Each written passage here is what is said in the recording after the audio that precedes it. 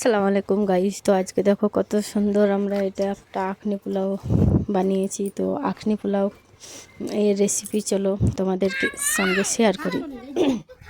তো দেখো এখানে আদা, রসুন, কাঁচা লঙ্কা, কাঁচা জিরা সমস্ত রকম নিয়ে নিয়েছি। তো এখন দেখো জিরাটা বেটে নিও। তো তোমরা আমার ভিডিওটা ভালো লাগলে অবশ্যই লাইক কমেন্ট করতে একদম ভুলো না। তো দেখো এখানে মাংসটা আমার বোন ভালোভাবে ধুয়ে নিচ্ছে। তো মাংসটা ধুয়ে নিচ্ছে আমার বোন, আর আমি এধারে মশলাটা বেটে নিচ্ছি। তো আমরা দেখো সবাই সবাই মিলে সমস্ত কাজ একসঙ্গে গুছিয়ে নিতে ভালোবাসি, সবাই হাতে হাতে করে নিই। তো দেখো আজকে আমার মা নেই, তো রান্নাটা কিন্তু আমার বোনই করবে সমস্ত শুরু থেকে শেষ অবধি। তো আগেবারে বিরিয়ানির রেসিপিটা দেখিয়েছিলাম, বিরিয়ানির রেসিপিটা করেছিল আমার মা। তো আজকে আখনি পোলাওটা কেমন হয়েছে অবশ্যই কমেন্ট করবে। তো দেখো আমার মশলা বাটা হয়ে গিয়েছে, মশলাগুলো কত সুন্দর লাগছে। তখন মশলাগুলো তুলে নেবো। তো তারপরে দেখো অনেক কিছুই কাজ আছে, সমস্ত কাজকে রেডি করে ঝটপট রেডি করে নিতে হবে। তো দেখো মশলাটা বাটা হয়েছে, কত সুন্দর লাগছে মশলাটা। এই মশলা বাটার রেসিপিটাই আরও সুন্দর করে দেবে। তো দেখো এখানে আমার বোন আলুগুলো ভেজে নিচ্ছে একে একে।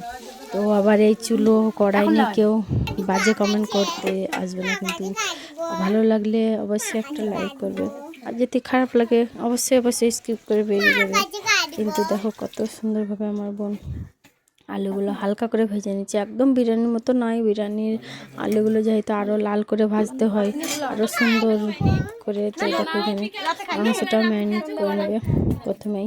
তো মাংসটার মধ্যে দেখো আদা রসুনের পেস্টটা সমস্ত পেস্টটা সব দিয়ে দিয়েছে, আর পেঁয়াজ কুচি দিয়ে দিয়েছি।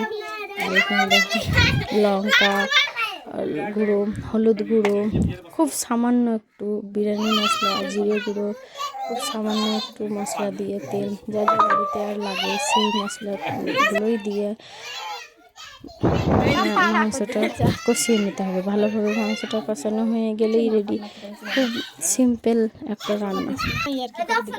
তো দেখো মাংসটা ভালোভাবে কষিয়ে নিয়েছি অল্প একটু পানি দিয়ে। মাংসটা কষানো হয়ে গেলেই আমি দেখো এখানে তেজপাতা নিয়ে নিয়েছি, আর এখানে চালটা ভালোভাবে ধুয়ে নিয়েছি। তো তেজপাতাগুলো এখন লাগবে না, পরে লাগবে, সেটাও তোমাদেরকে দেখাচ্ছি কখন কী দিতে হবে। তো মাংসটা কত সুন্দর হচ্ছে।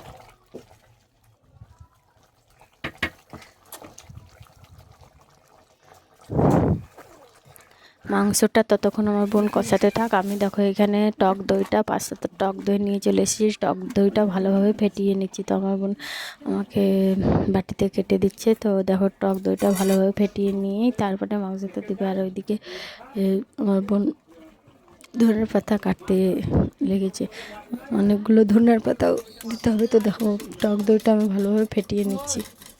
সেই দিন বলছি ভাইয়ের কথা শুনে আমি ওই বললাম, কারণ কিসের লেগে বলবো, ওই 1 মাসের ভাড়া লেগে চলে আসবে। টক দইটা ভালোভাবে ফেটিয়ে নিয়েছি, আর এইদিকে দেখো ধনে পাতাটাও কাটা রেডি হয়ে গিয়েছে। দাঁড়াও ওই তো করছে বলে তার বেশি টক দইটা অনেকক্ষণভাবে সুন্দর করে ফেটিয়ে নিয়েছি। তো দেখো এখন মাংসর মধ্যে টক দইটাও দিয়ে দেবে, ভালোভাবে কষানো হয়ে গিয়েছে মাংসটা। মাংসের মধ্যে দেখো ধনে পাতাটাও দিয়ে দিয়েছে, এটা দেখানো হয়নি। এখন দেখো টক দইটাও দিয়ে দিচ্ছি। টক দইটা দিয়ে দেওয়ার পর আরেকটু ভালোভাবে কষানো নিতে হবে।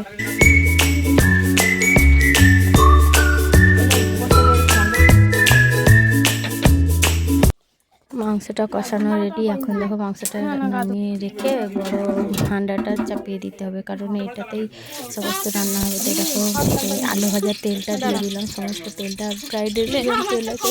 আর এখানে চাল আছে অনেকটা পরিমাণ, কারণ আমরা অনেকজনই আজকে খাবো।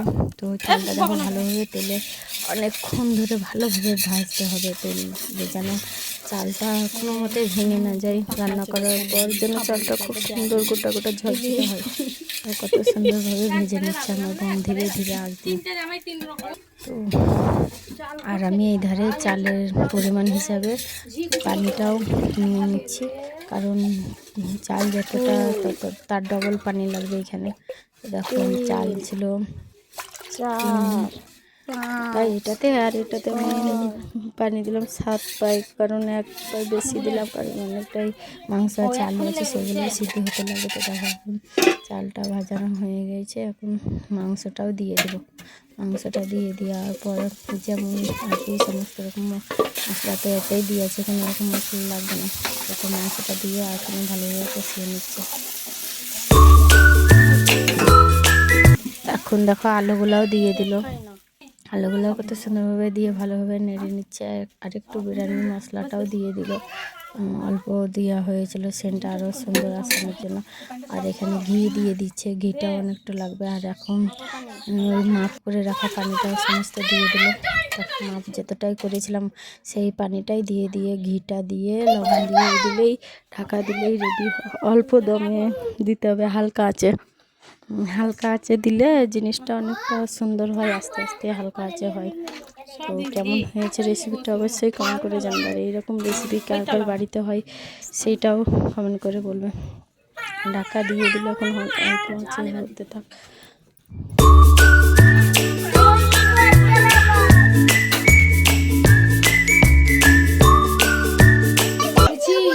আর একটু লবণ দিয়ে দিল, কি খাবো, কারণ লবণ একটু কম হয়েছিল।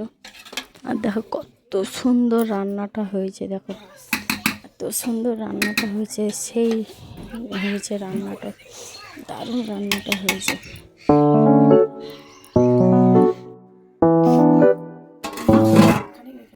দেখো সবাই মিলে আমরা একসঙ্গে খেতে বসে গিয়েছি, রান্না করে নিয়েছি, আর কেউ দাঁড়াতে পারছে না, সব ভিডিও করার সময়ই পাইনি, খোলার সময়।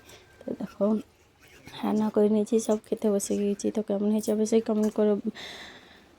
ভালো লাগলে প্লিজ প্লিজ প্লিজ একটা লাইক করে চ্যানেলটাকে সাবস্ক্রাইব করে দিও প্লিজ। আমার চ্যানেলে লং ভিডিও অনেক দিনই দিইনি, প্রায় একটা দিয়েছি, অনেকদিন পরে একটা লং ভিডিও দিলাম তোমাদেরকে। কেমন লেগেছে অবশ্যই কমেন্ট করো।